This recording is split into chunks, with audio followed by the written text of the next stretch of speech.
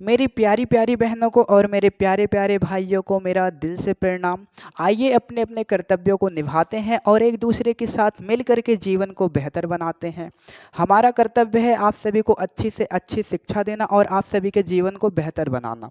और आप सभी का कर्तव्य है जो मैं आप सभी को समझाऊं, सिखाऊं और पढ़ाऊं उसका अनुसरण करना। तो चलिए अपने अपने कर्तव्यों को निभाते हैं, अपने अपने कर्तव्यों का पालन करते हैं और एक दूसरे के साथ मिल कर के जीवन को बेहतर बनाते हैं। आज हम सभी इस वीडियो के माध्यम से यूपीएससी की परीक्षाओं के बारे में समझेंगे। मैं आप सभी को यूपीएससी की परीक्षाओं के बारे में सरल से सरल और अच्छे से अच्छे शब्दों के माध्यम से समझाऊंगा। आप सभी को करना क्या है, जो मैं आपको समझाता हूं उसको समझने का प्रयास करना है और धैर्य रखना है। ध्यानपूर्वक सारी चीज़ों को देखो, सब कुछ अच्छे से अच्छे शब्दों में समझाऊंगा, ठीक है। इतना तो भरोसा कर ही सकते हो। आज हमारी वीडियो देख रहे हो, आज सारी चीज़ों को समझने के बाद कल फिर देखोगे और कहोगे you are the best. Okay, चलिए शुरू करते हैं। तो आप सभी मुझे बता दीजिए यूपीएससी की फुल फॉर्म, यानी कि यूपीएससी का फुल फॉर्म क्या होता है मेरे भाइयों एवं बहनों? यूनियन पब्लिक सर्विस कमीशन है ना। Okay, union public service commission.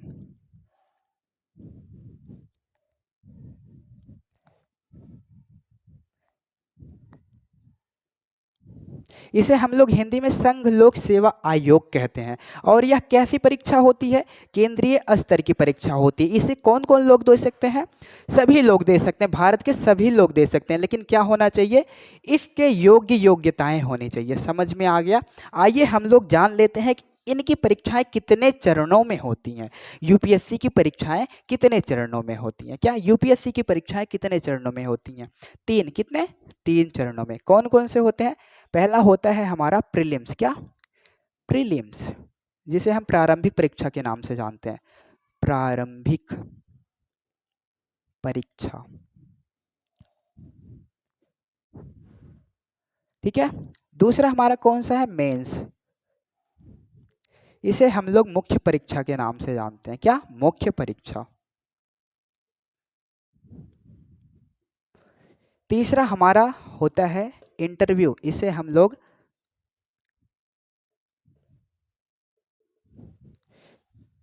साक्षात्कार के नाम से जानते हैं, ठीक है। इतना तो समझ में आ ही गया होगा मेरे प्यारे प्यारे भाइयों और मेरी प्यारी प्यारी बहनों, है कि नहीं? इतना तो समझ में आ गया। मैंने आपको क्या बताया? यूपीएससी, यूपीएससी का फुल फॉर्म क्या होता है? Union public service commission. और इसको हिंदी में क्या कहते हैं? संघ लोक सेवा आयोग। यह कैसी परीक्षा होती है? केंद्रीय स्तर की परीक्षा होती है। इसे कौन कौन लोग दे सकते हैं? भारत के सभी नागरिक दे सकते हैं। और योग्यताएं क्या होनी चाहिए? इसके योग्यताएं होनी चाहिए। समझ में आ गया इतना सब कुछ ना? उसके बाद मैंने बताया इसकी परीक्षाएं कितने चरणों में होती हैं, तो तीन चरणों में होती है। पहला प्रीलिम्स यानी कि प्रारंभिक परीक्षा, दूसरा मेंस यानी कि मुख्य परीक्षा, तीसरा इंटरव्यू यानी कि साक्षात्कार। इसमें हमको इंटरव्यू देना होता है, सामने वाला पूछता है और हमें अच्छे तरीके से जवाब देना होता है, अच्छे से अच्छे शब्दों के माध्यम से देना होता है। तो इतना तो समझ में आ गया। अब एक एक करके तीनों को समझ लेते हैं। हाँ, ठीक है। तो हम इसको इरेज कर लेते हैं। आपको चिंता करने की कोई आवश्यकता नहीं है, ठीक है। अगर आज हम लोग लड़ेंगे नहीं तो आगे बढ़ेंगे कैसे? तो लड़ना तो अनिवार्य ही है।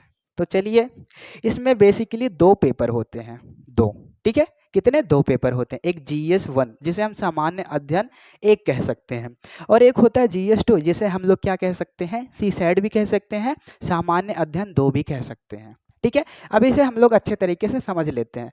ध्यान रखो, ध्यान से पढ़ो, धैर्य रखो, बस इतना करो। सब कुछ अच्छे तरीके से बताऊंगा, ठीक है। ओके,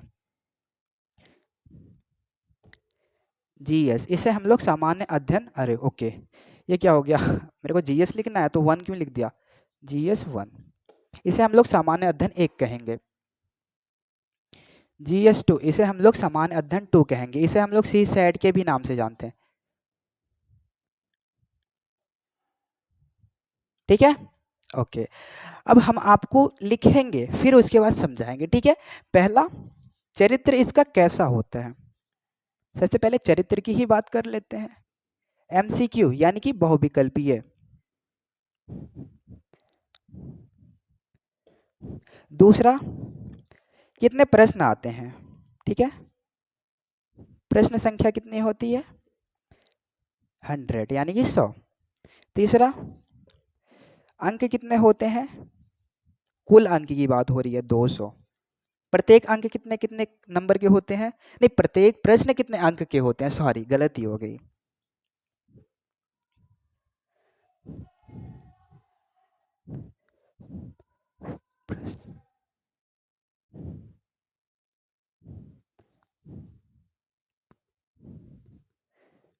कितना होते हैं 2।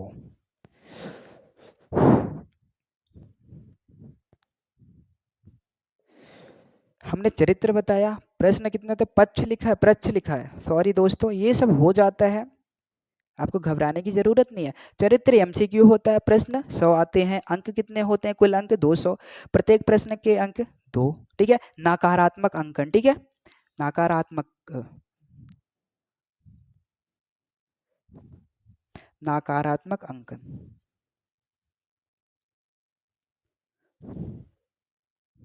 एक एक तिहाई, ठीक है। छठवां, यह अंक मेरिट में जुड़ते हैं जिसके आधार पर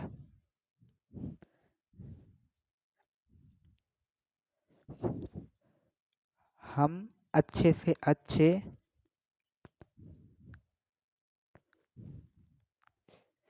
अंक प्राप्त कर सकते हैं।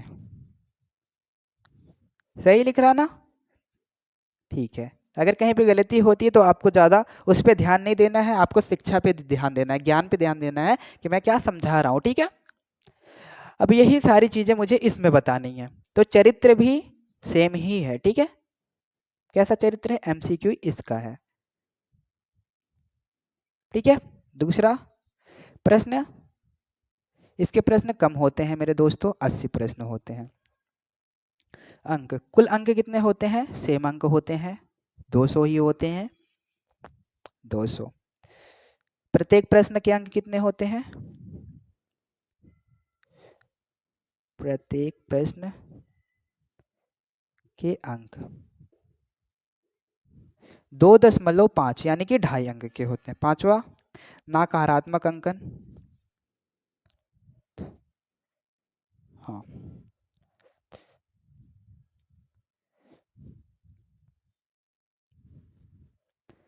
वही सेम चीज, एक तिहाई, ठीक है।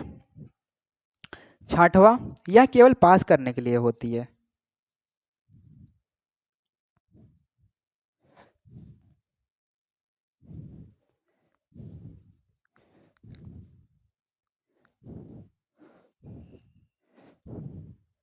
होती है जिसके आधार पे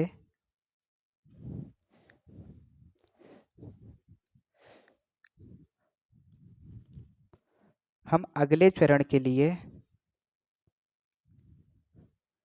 हम अगले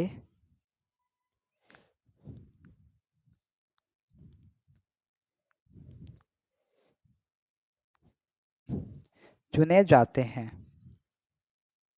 लास्ट हमें एक चीज और बताना है, इसमें अंक कितने जरूरी होते हैं लाने, 200 अंक की तो होते ही हैं, कितने होते हैं 200, इसमें से लाना कितना होता है, टोटली कितने होते हैं 200, टोटल लाना कितना होता है ओनली 67 यानी कि 33%।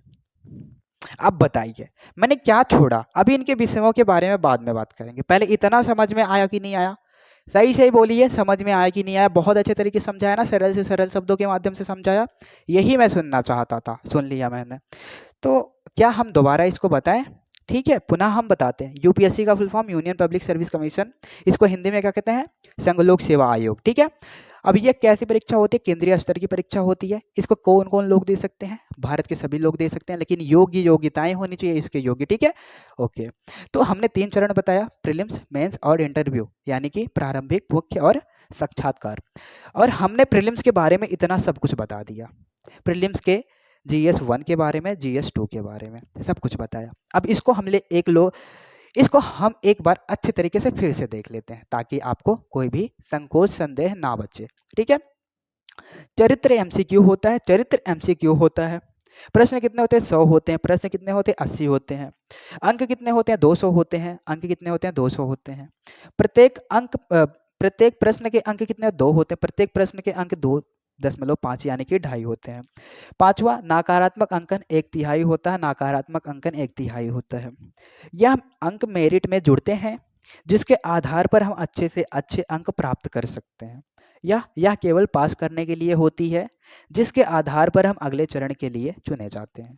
हमें कितने अंक लाने होते हैं पास होने के लिए? 200 में से 67 अंक।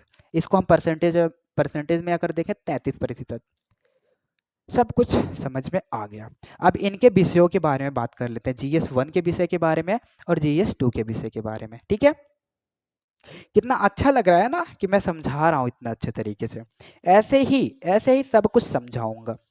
ठीक है, और याद रखो जीवन में कभी हार नहीं मानना है। ठीक है, हार मानने से अच्छा है कुछ ना कुछ किया ही जाए, यानी कि प्रयास पे प्रयास किया जाए, क्या पता हम सफल ही हो जाएं। शांत बैठने से अच्छा है कुछ ना कुछ ही किया जाए जिसके आधार पे हमारे जीवन बेहतर हो। हम कुछ ना कुछ तो जीवन में हासिल ही करें, बैठे रहने से अच्छा ही है। तो बस यही कर रहे हो आप, जीवन में कुछ ना कुछ हासिल ही कर रहे हो इस वीडियो के माध्यम से। बैठो मत कभी खाली, बस इतना मेरे से आपसे अनुरोध है। ठीक है, इसके विषय सबसे पहले मैं एक एक शब्दों के माध्यम से बताऊंगा, वो भी इंग्लिश के शब्द होंगे। पहला,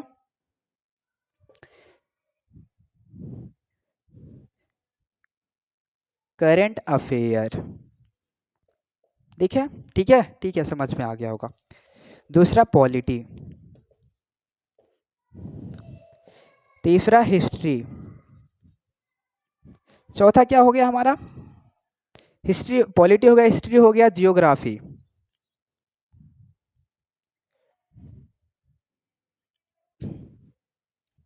इसको इकोनॉमिक डालते हैं, इकोनॉमिक। छठवा हमारा हो गया पर्यावरण। ओ, हमको तो इंग्लिश में लिखना है, इन्वायरमेंट, इन्वायरमेंट।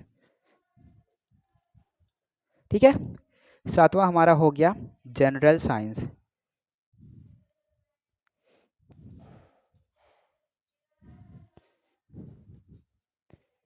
समझ में आ गया। करंट अफेयर क्या होता है? राष्ट्रीय और अंतर्राष्ट्रीय की घटनाओं का अध्ययन करंट अफेयर कहलाता है। वह किसी भी मुद्दे की घटनाएं हो सकती हैं। समझ में आ गया। पॉलिटी, पॉलिटी में हमें क्या पढ़ना है? भारतीय राजनीति और शासन। आपको मैं ज़्यादा बताऊंगा नहीं, आपको विषय के बारे में अलग वीडियो मिलेगी। इसमें तो मैं आपको पैटर्न को समझा रहा हूँ कि पेपर किस आधार पे होता है, कैसे होता है, किस प्रकार से होता है। आपको ज़्यादा मैं नहीं बताऊंगा। हिस्ट्री, भारतीय इतिहास और भारतीय राष्ट्र आंदोलन। जियोग्राफी, विश्व भूगोल और भारत का भूगोल। इकोनॉमिक्स, अर्थव्यवस्थाएं पढ़नी है हमारे भारत की, भारतीय अर्थव्यवस्था। इन्वायरमेंट में हमें पर्यावरण पढ़ना है। उसके बाद हमें जैव विविधता पढ़ना है। बहुत सारी चीज़ें हैं जो हमें पढ़नी है। General science, physics, chemistry, bio, ये पढ़ना है। ये आपको विषयों के बारे में मैंने बता दिया, ज़्यादा अच्छे से नहीं बताया है, हाँ तब भी थोड़ा बहुत मैंने एक रूपरेखा आपकी तैयार कर दी है कि हाँ इतना सब कुछ पढ़ना होता है। आइए इसमें देख लेते हैं। पहला, बोध। देखिए ये गलत भी हो सकता है क्योंकि हमने उतना ध्यान नहीं दिया। बोध गम्यता। ठीक है,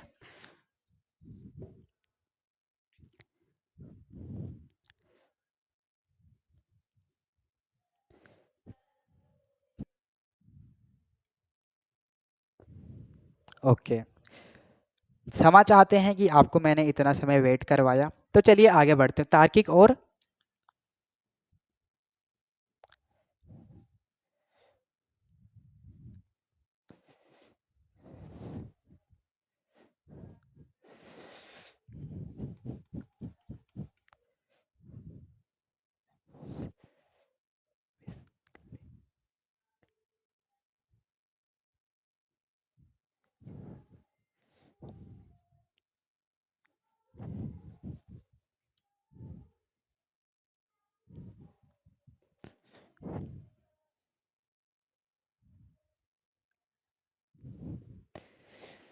हाँ, लिख लेते हैं फिर बताते हैं क्योंकि इसको बोलने में थोड़ा सा दिक्कत होती है। तो बाद में करते हैं।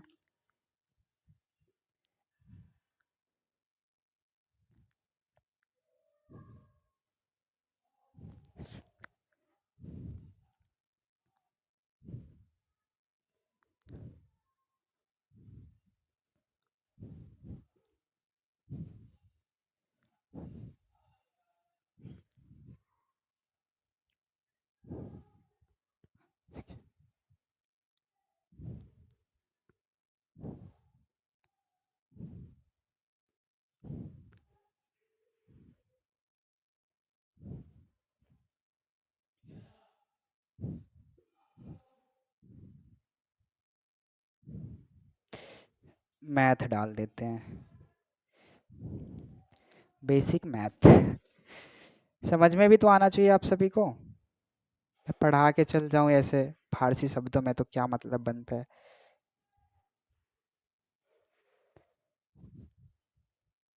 चलिए, अब इसको हम लोग समझ लेते हैं। आपको मैं फारसी में नहीं समझाऊंगा कि आए हम बहुत ज़्यादा हार्ड शब्दों का प्रयोग करके आपको विचलित कर दें, नहीं, ऐसा नहीं हो सकता।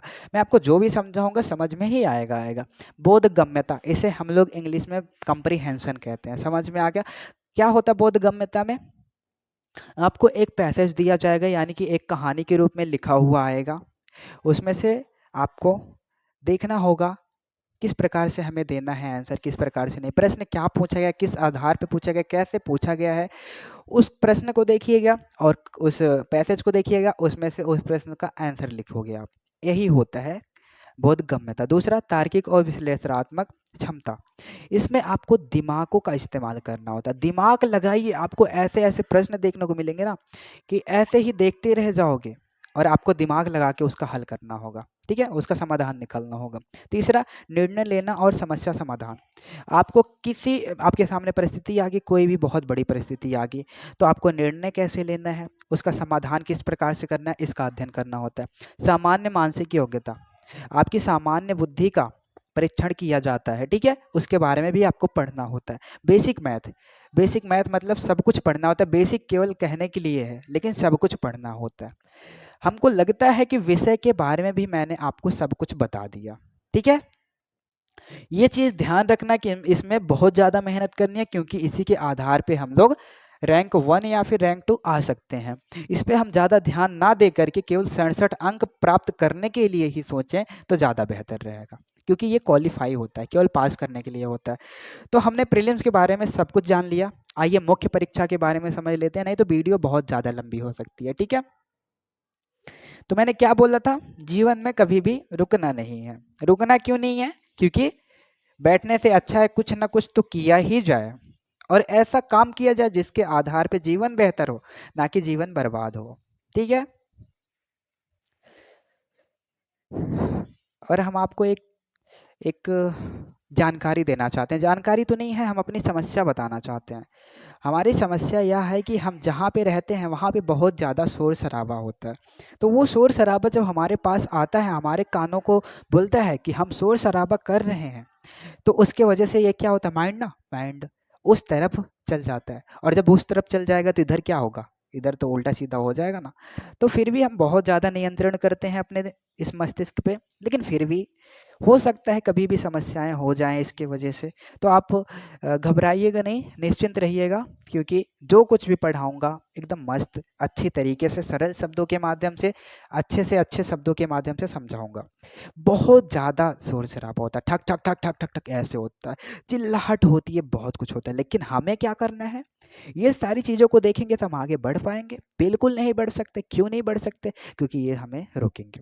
और हम तो ऐसे इंसान हैं, ऐसे लोग हैं कि कितनी से कितनी बड़ी समस्याएं क्यों ही ना आ जाए, उसको ऐसे मारेंगे और टूट जाएगी समस्याएं, यानी कि समाधान हो जाएगा और हम आगे जाएंगे। जीवन में मेरे भाइयों, मेरी प्यारी प्यारी बहनों, बहुत सारी समस्याएं आएंगी, लेकिन हमें उस समस्याओं से डरना नहीं है। आप मदद लीजिए, कुछ भी कीजिए, लेकिन उससे डरना नहीं है, आगे जाना है। समस्या का समाधान तो किसी भी हालत से करना, चाहे हमें मदद लेके करना पड़े, चाहे हमें खुद लड़ना पड़े, लेकिन हम समस्या का समाधान करेंगे। तो आप कभी भी रुकने का तो दिमाग में लाना ही मत, क्योंकि रुकने के लिए जीवन है ही नहीं। जीवन तो हमको वहां तक जाने का अधिकार देता है संविधान। जीवन में हमें वहां तक जाना है, कहाँ तक जाना है, हमें सर्वोच्च स्तर तक। यानी कि प्रधानमंत्री पद तक जाना है। तो इतना अधिकार हमारा संविधान देता ही है। चलो फालतू की बातें नहीं करते हैं और हम लोग आते हैं मुख्य परीक्षा की ओर। मुख्य परीक्षा,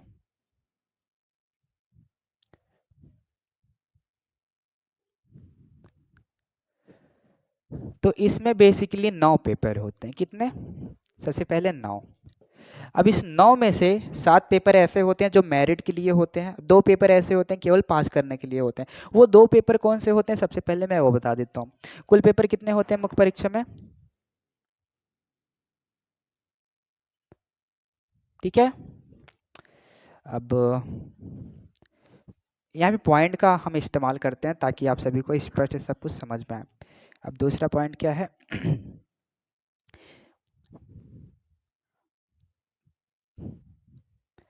पास करने के लिए 2 पेपर।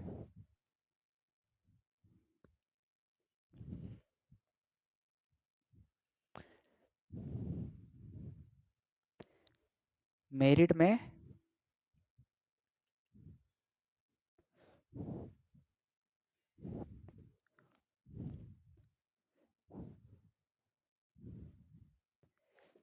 इतना समझ में आ गया ना? मुख्य परीक्षा, कुल परीक्षा 9 होती हैं।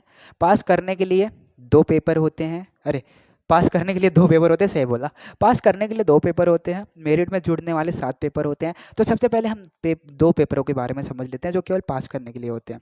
क्या होते हैं? उनको हम पेपर ए और पेपर बी के नाम से जानते हैं। पेपर ए और पेपर बी। इसमें क्या होता है और इसमें क्या होता है? पेपर ए में ये होता है जो हमारा भारतीय संविधान है उसमें 8वीं अनुसूची में 21 भाषाओं का वर्णन है। उस 21 भाषाओं में से आपको एक भाषा का चयन करना होता है और उस भाषा को चयन करोगे। मान लो आपने हिंदी ले लिया, ठीक है। 8वीं अनुसूची से आपने हिंदी उठा लिया। अब हिंदी के बारे में आपकी परीक्षा होगी। पेपर ये यही बताता है कि भारतीय संविधान में 8वीं अनुसूची में जितनी भाषाएं हैं उसमें से आपको एक भाषा का चयन करना है, उसी के आधार पे आपकी परीक्षा होगी। तो आपने हिंदी ले लिया तो हिंदी की परीक्षा देनी होगी। किस लेवल की परीक्षा होती है? 10वीं 12वीं, BA, CA, PA जो भी हो वैसा होता है, लेकिन हिंदी आपको अच्छे से पढ़ना है बस। कितने अंक का होता है? 300। कितने अंक लाने होते हैं? 75। ओके, समझ में आ गया सब कुछ? ओके। तो पेपर बी में क्या होता है? पेपर बी में अंग्रेजी होता है। अंग्रेजी, ठीक है। ये भी 300 ही मार्क्स का होता है। कितने लाने होते हैं? 75 75। यह केवल पास करने के लिए होता है। क्या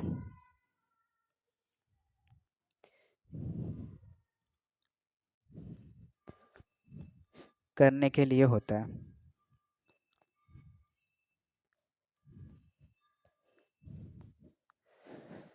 यह केवल पास करने के लिए होता है। जब आप इसे पास करोगे तभी ये 7 पेपर दे सकते हो, अन्यथा नहीं दे सकते हो। समझ में आ गया? तो मैंने 2 पेपरों के बारे में अच्छे तरीके से समझा दिया, ठीक है। इसमें आपको एक भाषा का चयन करना है जो 300 मार्क्स का होगा, उसमें से 75% 75 नंबर लाने हैं। और ये अंग्रेजी पे होगा। अंग्रेजी के बारे में पूरा पूछा जाएगा। वो 10वीं परीक्षा हो सकती है, 12वीं लेवल की परीक्षा हो सकती है, BA लेवल की हो सकती है, PhD लेवल की हो सकती है। उसको आपको नहीं देखना है। आपको केवल क्या देखना है? अंग्रेजी की परीक्षा होगी, 300 नंबरों की होगी, 75 हमको लाने हैं। और ये केवल पास करने के लिए होता है और इसको हमने पास किया तभी हम 7 पेपर और दे सकते हैं, अन्यथा नहीं दे सकते हैं। समझ में आ गया? तो अब हमारे पास बचा है केवल 7 पेपर। उन 7 पेपरों का विषय जानना है, कितने अंक के होते हैं, क्या पढ़ना होता है, बस इतना जानना। उसके बाद हमारी वीडियो समाप्त होने वाली है, तो बस 5 मिनट और दीजिए, ठीक है। ओके।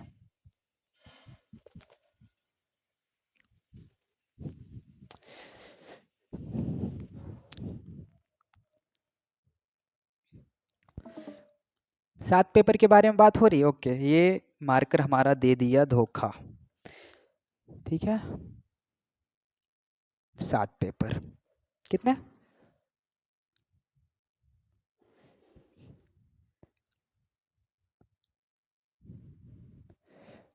ठीक है। तो सबसे पहले हम क्या लिख लेते हैं? 7 पेपर लिख लेते हैं, ठीक है। Paper 1, paper 2, paper 3, paper 4, paper 5, paper 6, paper 7। बहुत अच्छा लग रहा होगा, है कि नहीं? हाँ, अच्छा ही लगने के लिए तो मैं पढ़ा रहा हूँ।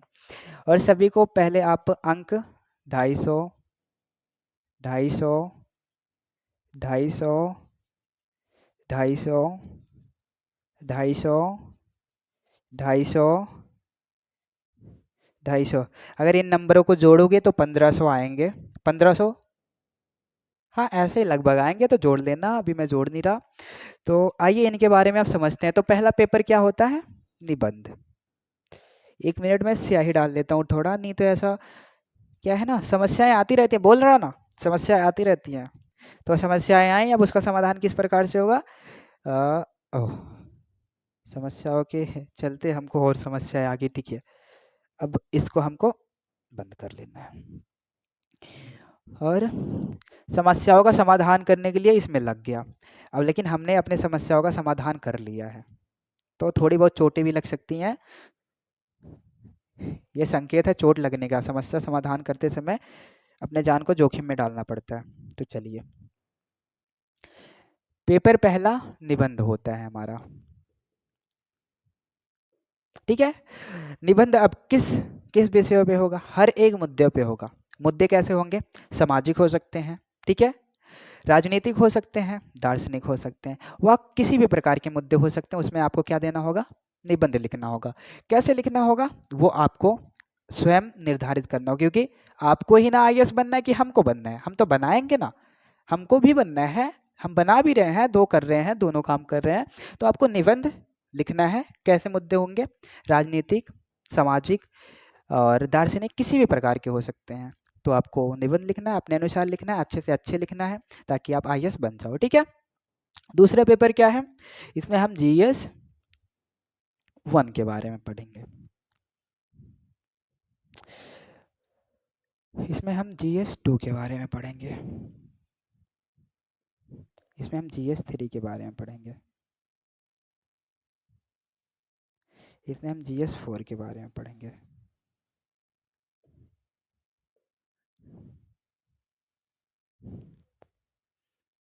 इसमें क्या बोलते हैं, ऑप्शनल होता है। ऑप्शनल 1, लास्ट हमारा ऑप्शनल, ऑप्शनल 2। ओके,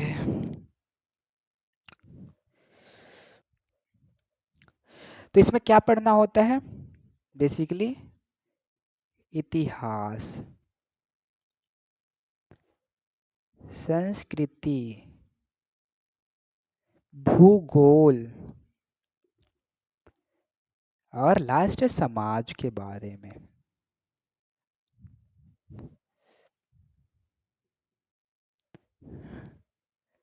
समझ में आ गया?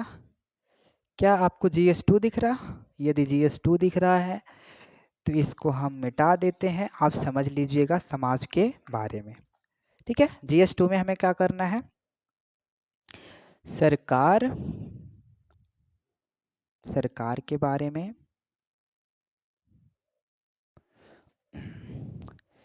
कानून के बारे में, राजनीति के बारे में, राज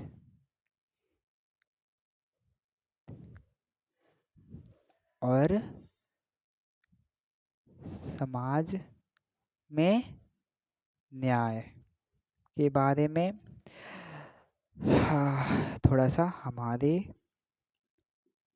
देश के रिश्तों के बारे में रिश्तों के बारे में।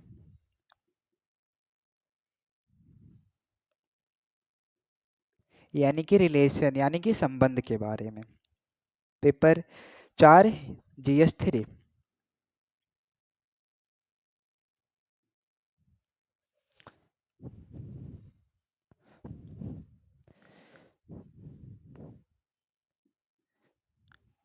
पर्यावरण, अर्थव्यवस्था,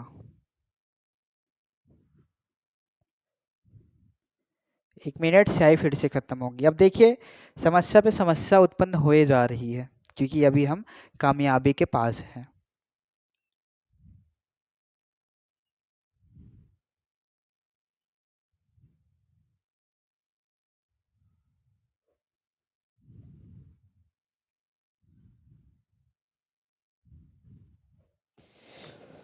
मेरे प्यारे देशवासियों, यानी कि मेरी प्यारी बहनों और मेरे प्यारे भाइयों, यहाँ पे तार्किक लिख देना, ठीक है? ओके। ये पर्यावरण के पहले ही है तार्किक। तार्किक, पर्यावरण, अर्थव्यवस्था और सुरक्षा,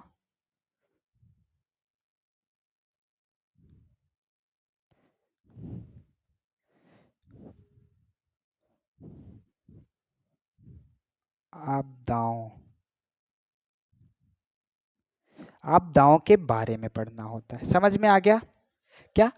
तार्किक, पर्यावरण, अर्थव्यवस्था, सुरक्षा और आपदाओं के बारे में पढ़ना होता है। GS4। सही गलत, ईमानदार रहना,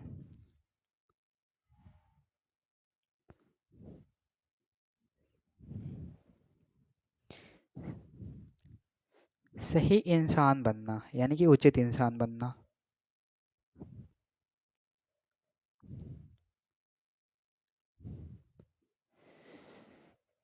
अब हमारे आ जाते हैं ऑप्शनल।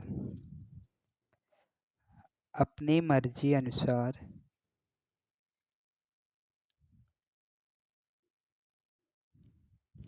विषय का चयन कर सकते हैं, विषय को चुन सकते हैं।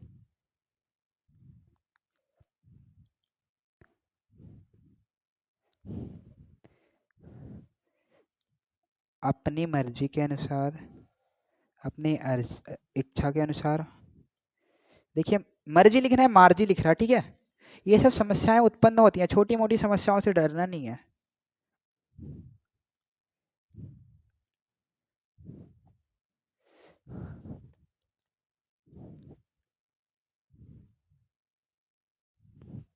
चुन सकते हैं। आई होप आपको सारी चीजें एकदम मजे में अच्छे तरीके से समझ में आई होगी। अब इसे हम एक्सप्लेन कर देते हैं। हमें पता है, हमने 2-3 बार समय लिया आपसे, आपको इंतज़ार करवाया, तो उसके लिए दिल से क्षमा चाहते हैं, ठीक है? बस हमारे पास कुछ समस्याएं उत्पन्न हो गई थी, उसी कारण के वश में हमने वेट कराया, ठीक है? तो चलिए इसको एक बार अच्छे से समझ लेते हैं। मुख्य परीक्षा में 9 पेपर होते हैं, 2 पेपर केवल पास करने के लिए होते हैं और 7 पेपर मेरिट के अनुसार होते हैं, मेरिट में जुड़ने वाले अंक होते हैं। तो आइए हम मेरिट में अंक जुड़ने वाले के बारे में समझ लेते हैं, 7 पेपरों के बारे में। पहला पेपर 250 अंक का होता है, जो कि निबंध के बारे में होता है, जिसमें हमें सामाजिक, राजनीतिक, आर्थिक, दार्शनिक सभी मुद्दों के बारे में निबंध आ सकता है, जिसको हमें अपने अनुसार अच्छे तरीके से लिखना होता है IAS बनने के लिए। दूसरा पेपर GS2 200 250 नंबर का होता है, इतिहास के बारे में, संस्कृति के बारे में, भूगोल के बारे में, समाज के बारे में पढ़ना होता है, ठीक है? तीसरा पेपर 250 अंक का होता है, GS2 यानी कि सामान्य अध्ययन 2। सरकार के बारे में पढ़ना होता है, कानून के बारे में पढ़ना होता है, राजनीति के बारे में पढ़ना होता है, समाज में न्याय दिलाने के बारे में पढ़ना होता है, और हमारे देश के किन किन देशों के साथ कैसे रिश्ते हैं, किस प्रकार के रिश्ते हैं, यानी कि रिलेशन, संबंध। समझ में आ गया? पेपर 4 250 अंक के होते हैं, GS3, ठीक है? पेपर 4 250 अंक के होते हैं, GS3। पर्यावरण, तार्किक, पहले तार्किक, तार्किक, पर्यावरण, अर्थव्यवस्था, सुरक्षा और आपदाओं के बारे में पढ़ना होता है, ठीक है? पेपर 5 250 अंक के होते हैं, GS4 सामान्य अध्ययन 4। सही गलत के बारे में पहचान होनी जरूरी होनी चाहिए। ईमानदार हमेशा रहना चाहिए, आपको सिखाया जाता है, पढ़ना होता है। सही इंसान बनना चाहिए, पढ़ना होता है, अध्ययन करना होता है। पेपर 6 250 अंक का होता है, जो कि ऑप्शनल होता है, अपने मर्जी अनुसार कोई भी विषय चुन सकते हो, उस पर आप रामबाण के तरीके से पेपर को पास कर सकते हो। पेपर 7 इसमें ऑप्शनल 2 होता है, अपने मर्जी अनुसार चुनिए और पेपर को फाड़ दीजिए, IAS बन जाइए। लास्ट हमारा क्या आता है, बताने की आवश्यकता नहीं है, साक्षात्कार। ये 275 का होता। इंटरव्यू 275, 750 तो नहीं बोला, 275 है, ठीक है। 275 अंक के होते हैं। इसमें करना क्या होता है, आपके सामने बड़े बड़े प्रोफेसर होते हैं, उच्च अधिकारी लोग होते हैं, अच्छे से अच्छे ज्ञान वाले, अच्छे से अच्छे विशेषज्ञ बैठे होते हैं। वो आपसे प्रश्न पूछते हैं और आपको हंसते हुए चेहरों के साथ उनको अच्छे से अच्छे शब्दों के माध्यम से उन्हें जवाब देना होता है, जिसके आधार पे आपको 275 अंक प्राप्त होते हैं और आईएएस बनने के लिए तैयार हो जाते हैं। आपकी ट्रेनिंग लबसना में हो जाती है, ठीक है, यानी कि लबासना में।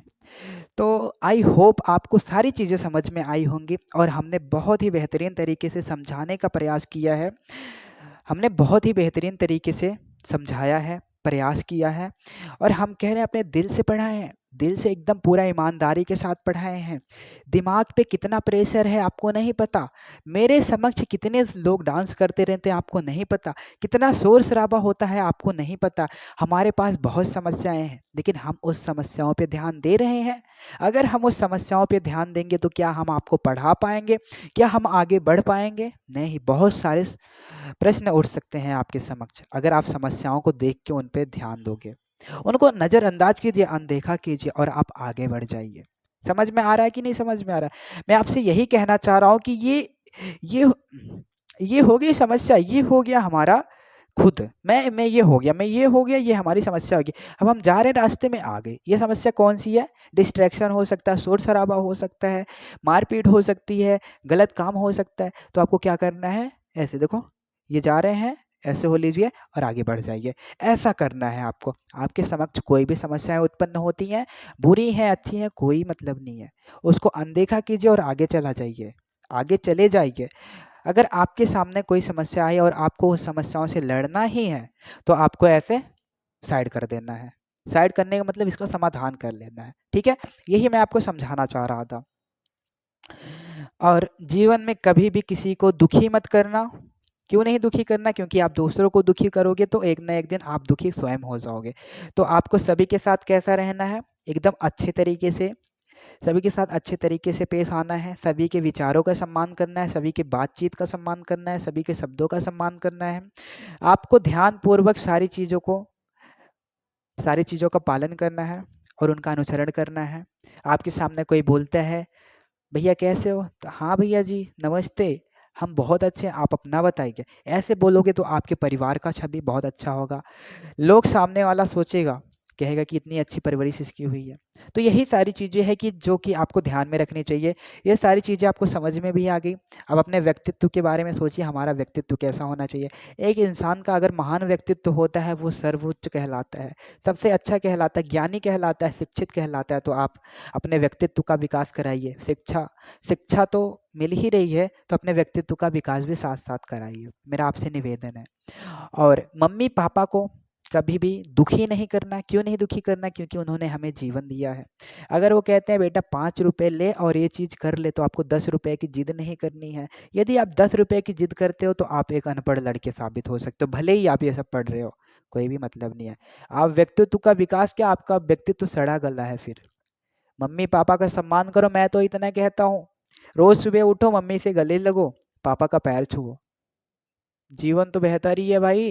क्या चाहिए जीवन में? बस यही चाहिए, माँ बाप को खुशी आपकी, ठीक है। आप जीवन में हमेशा हंसते हंसते रहो, बस यही चाहिए माँ बाप को। तो सब कुछ समझ में आ ही गया होगा। बोलने को तो मैं ऐसा ही बोलता रहूँगा।